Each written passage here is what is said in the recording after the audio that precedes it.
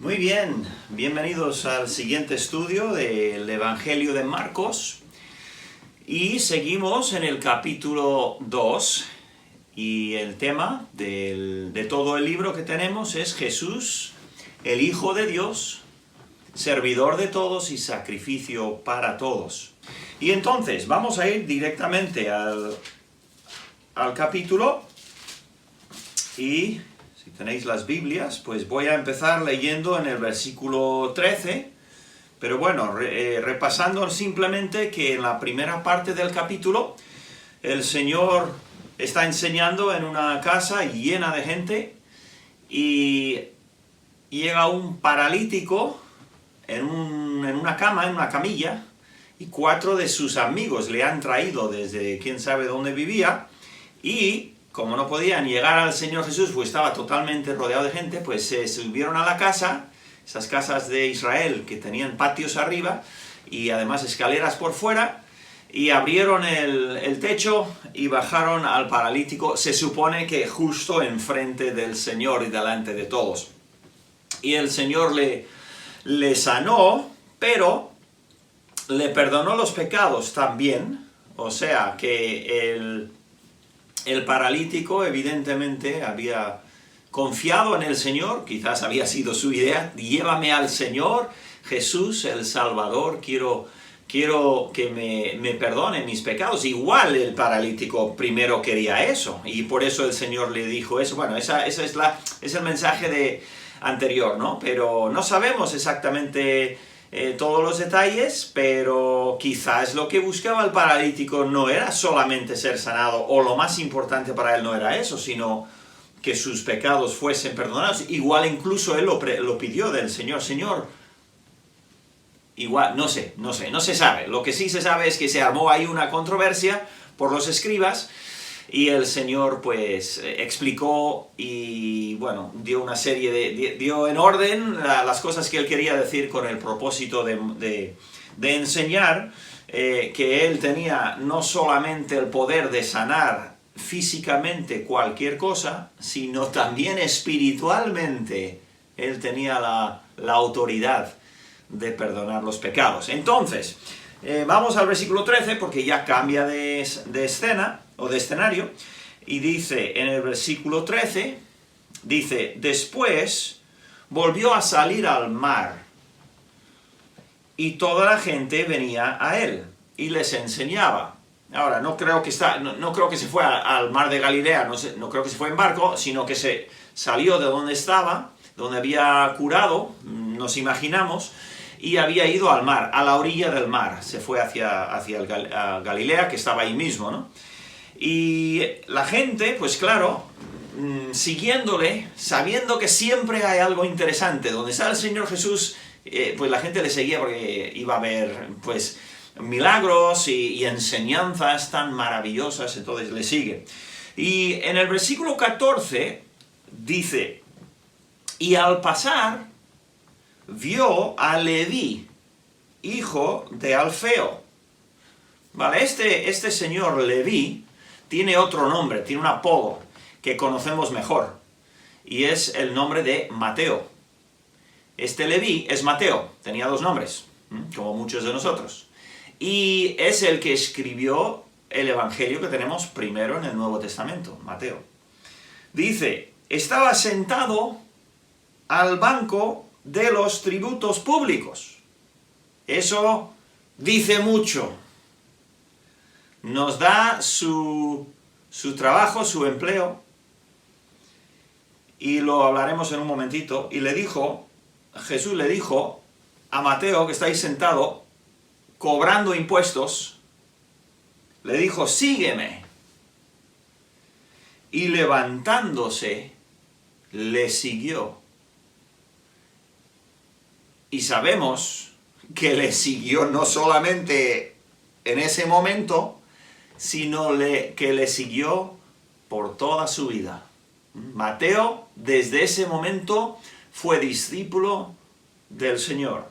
Evidentemente que no, Marcos es muy breve, muy corto, muchos detalles se los salta, pero evidentemente Mateo ya había escuchado a Jesús y ya se había arrepentido de lo que era de su pecado y había decidido poner su fe en este Señor Jesús de Nazaret, que él llegó a entender que no era cualquier hombre, no era solo un profeta, era el Mesías. Y bueno, él iba a aprender mucho más a partir de este momento, pero él siguió a Jesús. Ahora, vamos a ver, versículo 15.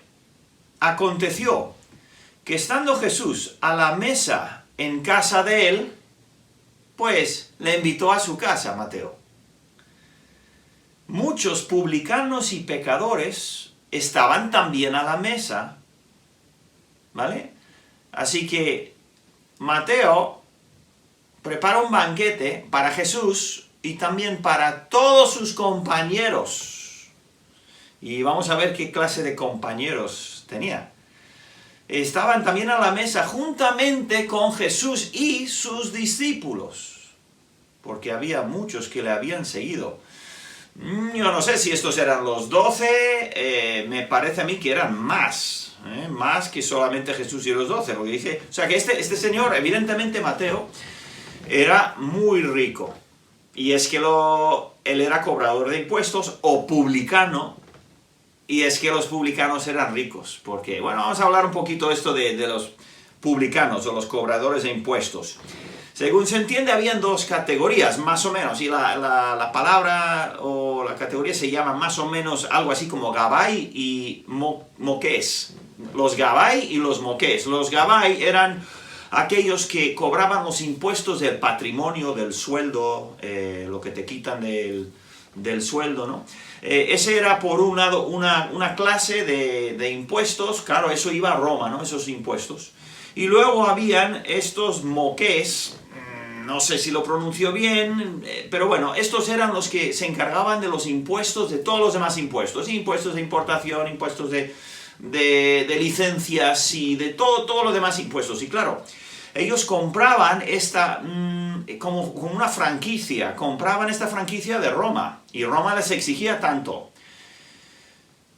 Y ellos, pues claro, si Roma les exigía el 7%, pues ellos podían cobrar el 8% y el 1% era suyo, ¿no? Entonces, y eso es lo que hacían. Por lo tanto, los publicanos, los cobradores de impuestos, eran considerados traidores, porque eran judíos. Muchos de ellos eran judíos, pero les gustaba mucho la pela, y se hacían ricos, vivían en una casa que podía tener aquí decenas y quizás cientos de invitados, y era muy normal, eran muy mal vistos por el pueblo.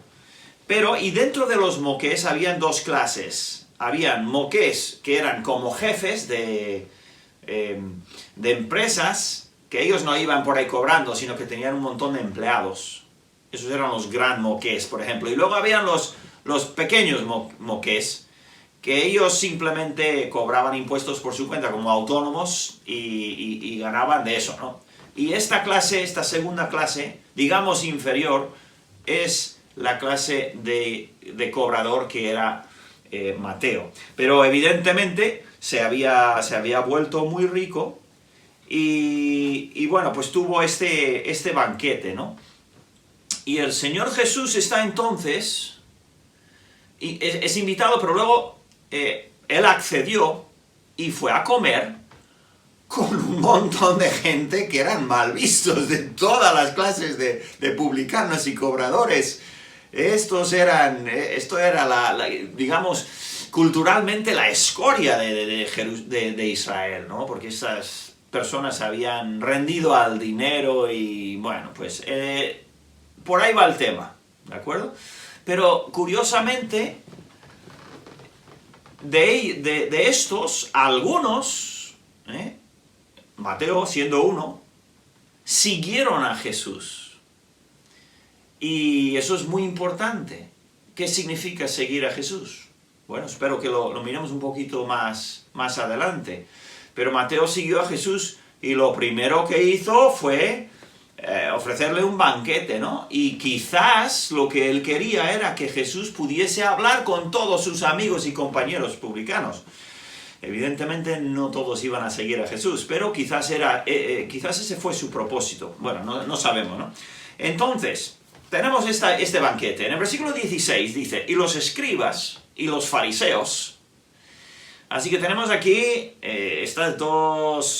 tenemos el grupo de fariseos, que era ese súper ortodoxo, súper estricto, esa secta judía, y los escribas de ellos, que estaban ahí con ellos, escribiendo, pues siempre escribirían sus normas y sus explicaciones y sus instrucciones, y bueno, pues eran dos grupos que tenían un pacto, ¿no?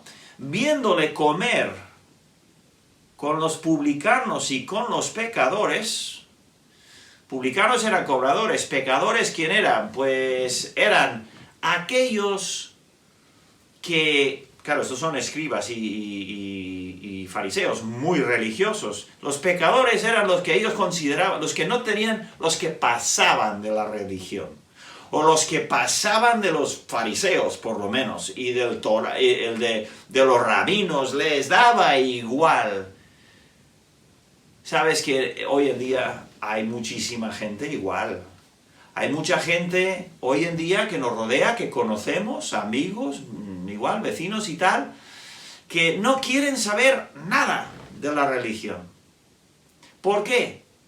A veces con razón, muchas veces con razón, porque han visto hipocresía, han visto todo tipo de exageraciones y mala vida y escondidas y mentiras y engaños y extorsiones y han dicho, eso todo es un negocio. Y, tristemente, tienen razón en muchos casos. El problema es que, viendo la religión organizada, mundana, humana, que sí, muchas veces va por el dinero o por la fama o por lo que sea, viendo eso, echan toda la religión a la basura y pasan como estos pecadores les llamaban, pasan de toda la religión, pasan de todo lo que es espiritual. Eso en inglés decimos que es tirar el bebé junto con el agua del baño, ¿no? O sea, tirarlo todo. Y no quieres, el bebé lo acabas de limpiar, el agua está sucia, pero él no, está limpio, ¿no? Entonces, la idea es de que mucha gente, desengañándose de la religión, apartan su vista y su vida y todos sus intereses totalmente de lo que es espiritual. Eso sí que es un problema. Eso sí que es peligrosísimo. Porque Dios nos ha hecho con un alma y un espíritu. Y si nosotros, por la hipocresía de otros, echamos totalmente de nuestras mentes todo lo que es divino y todo lo que es de Dios y la Biblia, y entonces lo que hemos hecho es, hemos saltado se dice, ¿no?, de la sartén al fuego. Entonces, es verdad y es importante reconocer lo que es error, religiones que son erróneas, que no son correctas, donde hay hipocresía. Rechazar esa hipocresía y ese error, pero seguir buscando para encontrar la religión, digamos, que es la correcta, porque hay una que es la buena, dice la Biblia, esa religión que ama a Dios y le sirve. Bien, entonces, vamos al último versículo. Entonces, los fariseos y los escribas dicen, ¿pero qué es esto? ¿Qué hace comiendo con esto? Si fuera quien dice ser, no estaría comiendo con esta gente, ¿no?, de mala vida, y estos traidores. Al oír esto, Jesús les dijo, los sanos no tienen necesidad de médico. Y él se está refiriendo a la gente que se piensa sana. Si yo no voy a ir al médico, si creo que estoy bien, ¿no?, normalmente. Sino los enfermos van al médico, lo lógico. Dice, no he venido a llamar a justos, sino a pecadores. Y el libro de Lucas, que da más detalles, en este mismo caso, dice, sino a pecadores al arrepentimiento. Entonces, dice el Señor, ¿a quién está llamando Él? ¿Por qué? ¿Por qué está predicando? ¿A quién está clamando? Y decir, sígueme. A aquellos que reconocen que son pecadores y que necesitan perdón. Como el paralítico que acababa de curar, y también como Mateo, que cuando le dijo sígueme, deja esa vida de mentiras y de engaños y de traición, y sígueme a mí. Evidentemente Mateo tenía un corazón que era humilde y arrepentido de su pecado. Y eso es lo que busca el Señor Jesús. Entonces, para terminar, nada más vamos a resaltar dos cosas, dos observaciones. La salvación, resumida de una manera, es el seguir a Jesús. El cristiano es uno que sigue a Cristo. ¿Cómo se sigue a Cristo? Bueno, se lee del Señor, se escucha lo que dice y se obedece lo que Él dice en la palabra, y uno se arrepiente de su pecado y pone su fe en Jesús y en su muerte en la cruz, y empieza a vivir según las enseñanzas del Señor. Eso es seguir a Jesús. Es exactamente igual que en el caso de Leví, de Mateo, con la diferencia de que en su caso Jesús estaba visiblemente, tangiblemente ahí, y en el caso de los miles de millones que han seguido desde ese momento, hace 2000 años, cuando Jesús murió, esa relación de seguir es espiritual y no visible. Igualmente real, pero no física, tanto como espiritual, aunque evidentemente tiene aspectos físicos, pero al Señor no le podemos ver. Eso es seguir, esa es la salvación. Y luego, el Señor siempre busca al contrito y humilde de corazón. Siempre. ¿Somos así? ¿Tu corazón es humilde y sencillo y arrepentido y reconocedor de su pecado? Mucha gente no. El corazón de mucha gente no quiere para nada reconocer su necesidad, ¿no? Voy a terminar con algo que fue escrito unos 700 años antes de esto, que era por Isaías. Y Isaías dijo en el capítulo 57, versículo 15, Isaías dijo, porque así dijo el alto y sublime Dios, el que habita la eternidad y cuyo nombre es el Santo. Eso es lo que dice. Yo habito en la altura y la santidad, y con el quebrantado y humilde de espíritu, para hacer vivir el espíritu de los humildes y para vivificar el corazón de los quebrantados. Dios, el alto y sublime, se encarnó, y Jesucristo, el Hijo de Dios, o Dios Hijo, igualmente dicho, dijo, yo estoy llamando a los humildes y contritos de corazón. Poderosísimo mensaje. Espero que tú y yo seamos de esos que tienen corazones sencillos, contritos, arrepentidos, y que quieren seguir al Maestro, al Salvador, al Señor Jesús. Espero que así sea. Que Dios te bendiga. Agur.